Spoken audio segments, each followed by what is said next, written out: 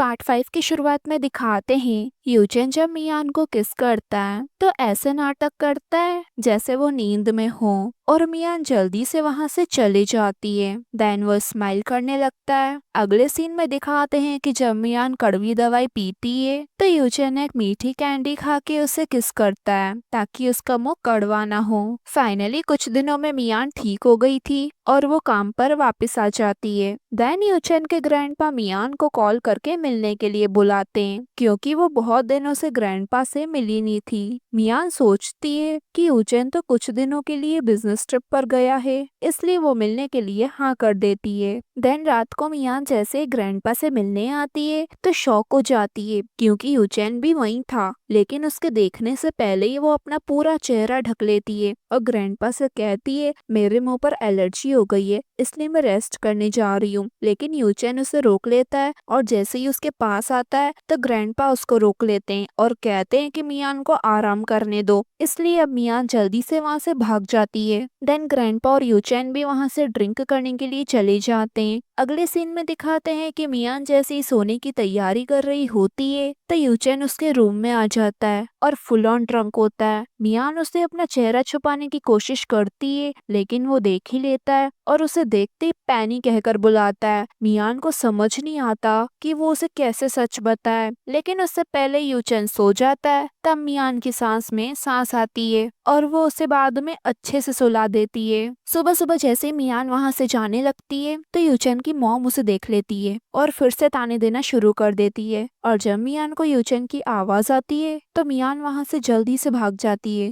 यूचेन उसे देख रोकने की कोशिश भी करता है लेकिन फिर उसकी मॉम ही उसे मियान के पीछे जाने से रोक लेती है। इसलिए अब यूचेन अपना मैरिज लाइसेंस देखने आता है ये जानने के लिए कि आखिर उसकी वाइफ दिखती कैसी है, क्योंकि वो उसे गोल्ड डिगर समझता है। लेकिन एंड टाइम पर उसका असिस्टेंट उसे एक बुरी खबर दे देता है कि हमने जो प्रोजेक्ट मियान के फैमिली को दिया था वो फेल हो चुका है और हमको बहुत बड़ा लॉस हुआ है क्योंकि उन्होंने अच्छा माल डिलीवर नहीं किया और यहाँ तक कि बहुत सारी सेफ्टी प्रॉब्लम्स भी रखी और इस वजह से हम पर केस हो गया है। ये सुनकर यूचेन को बहुत गुस्सा आता है कि मियान और उसकी फैमिली बहुत बड़ी धोखेबाज है और वो असिस्टेंट को कहता है कि मैंने जितना भी इन्वेस्टमेंट उनको दिया था वो सारा का सारा विड्रॉ करो। देन वो मैरिज लाइसेंस वहीं फेंक कर चली जाता है और मियान को मैसेज करता है कि मेरी फैमिली के नाम पर अपना प्रॉफिट करना बंद करो, मुझे तुम बिल्कुल भी नहीं चाहिए, मुझे बस अभी के अभी डिवोर्स दो वरना मैं तुम्हारा फैमिली बिजनेस पूरी तरह बर्बाद कर दूंगा।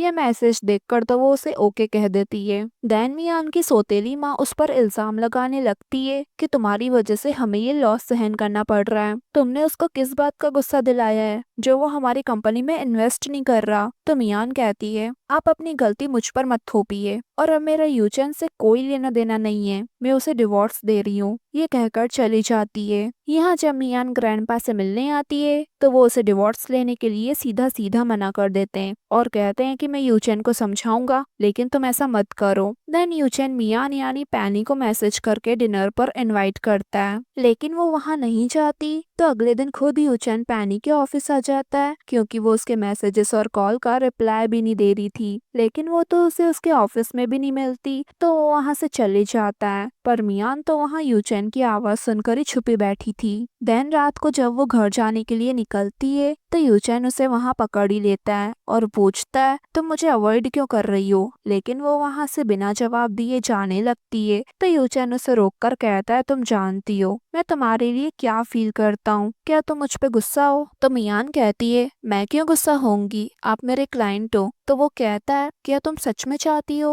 कि मैं सिर्फ तुम्हारा क्लाइंट बनकर ही रहूं। ये कहकर वो उसे उसका फेवरेट नेकलेस देकर बर्थडे विश करता है। वो नेकलेस देख मियान खुश तो होती है लेकिन फिर कहती है ये बहुत महंगा है, मैं नहीं ले सकती। तो यूचेन उसके सामने उस नेकलेस को फेंकने का नाटक करता है लेकिन जब वो चिल्लाती है तो वो उसे वो नेकलेस वापस दिखाता है कि मैंने नहीं फेंका। ये कहकर उसे जबरदस्ती किस करने लगता है। पहले तो मियान उसे दूर हटाने की कोशिश करती है लेकिन फिर खुद भी उसे किस करने लगती है। देन ये दोनों किस करते हुए घर तक आ जाते हैं और फिर बेडरूम के अंदर चले जाते हैं और जब यूचेन उसे बेड पर लेटा कर किस करने लगता है तो मियान मियान को अचानक ये याद आ जाता है कि यूचेन उसे डिवोर्स देना चाहता है, इसलिए वो अचानक से कह देती है कि मैं शादीशुदा हूँ और मेरा हस्बैंड है। ये सुनकर यूचेन तो हैरानी हो जाता है और दूर होकर पूछता है कि कौन है तुम्हारा हस्बैंड। तो मियान अपने बिजनेस पार्टनर को ही अपना हस्बैंड बना देती है कि मेरा हस्बैंड लियांग है। तो यूचेन कहता है ये तुमने मुझे पहले क्यों नहीं बताया। तो मियान कहती है माफ करना, अगर आपको मेरी वजह से कोई भी मिसअंडरस्टैंडिंग हो गई हो तो आज से मैं आपको और कंफ्यूज नहीं करूंगी। और वो उसे उसका नेकलेस भी वापस दे देती है। ये सुनकर तो यूचेन को बहुत बड़ा धक्का लग जाता है और वो वहाँ से चले जाता है और बहुत ड्रिंक करने लगता है। अगले दिन मियान जब ऑफिस में बैठकर अपना काम कर रही होती है तो उसे उसके पार्टनर लियांग का कॉल आता है और वो कहता है तुम बता सकती हो मैं अभी कहाँ पर हूँ। तो वो पूछती है कहाँ। तो वो कहता है मैं यूचेन के घर पर हूँ, उसने मुझे इनवाइट करा है। ये सुनकर तो पैनी के होश ही उड़ जाते हैं क्योंकि उसने अभी तक लियांग को ये नहीं बताया था कि वो यूचेन को ये बताकर आई है कि लियांग ये उसका हस्बैंड है। और इसी मोमेंट पर ये पार्ट पूरा होता है गाइस।